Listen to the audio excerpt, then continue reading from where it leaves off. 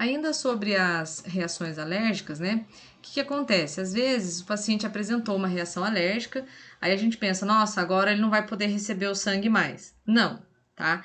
Existem formas, né, de controlar esse tipo de situação para que não venha a se repetir. Uma das possibilidades, né, da transfusão para o paciente que já teve alergia é como a gente viu lá na parte da febre, que os glóbulos brancos eles podem causar febre ao paciente e em algumas situações eles podem desencadear uma reação alérgica. Existe o processo que se chama, né, redução de leucócitos. E o que acontece? Antes do sangue ser transfundido, o sangue é lavado. E aí o que acontece? Os glóbulos brancos e as plaquetas, eles são filtrados do sangue e não são infundidos até o paciente. Isso reduz a incidência, né, das reações alérgicas. Hoje, né, essa questão da transfusão, é cada vez mais raro o paciente apresentar uma reação alérgica na hora de estar recebendo sangue, tá bom?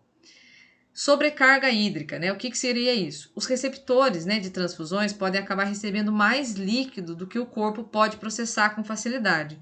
O excesso de líquido pode causar inchaço por todo o corpo ou dificuldade de respirar. Essa complicação é a causa mais comum de morte relacionada à transfusão, tá? Ainda bem que ela está lá, né, nas causas menos comuns. Os receptores com doenças cardíacas são os mais vulneráveis, né, a esse tipo de situação.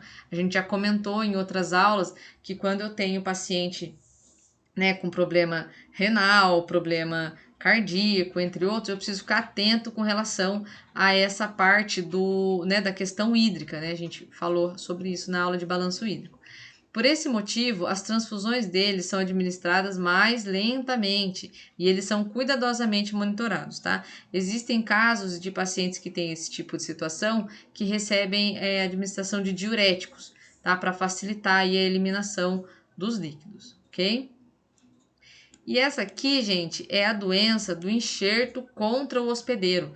A gente também já chegou a comentar, né? Caso alguém não se lembre dela, pode perguntar que a gente retorna, tá? Então, essa doença do enxerto contra o hospedeiro é uma complicação incomum, que afeta principalmente as pessoas cujo sistema imunológico está debilitado por medicamentos, né? Pelo excesso de medicamentos ou por algumas doenças, tá?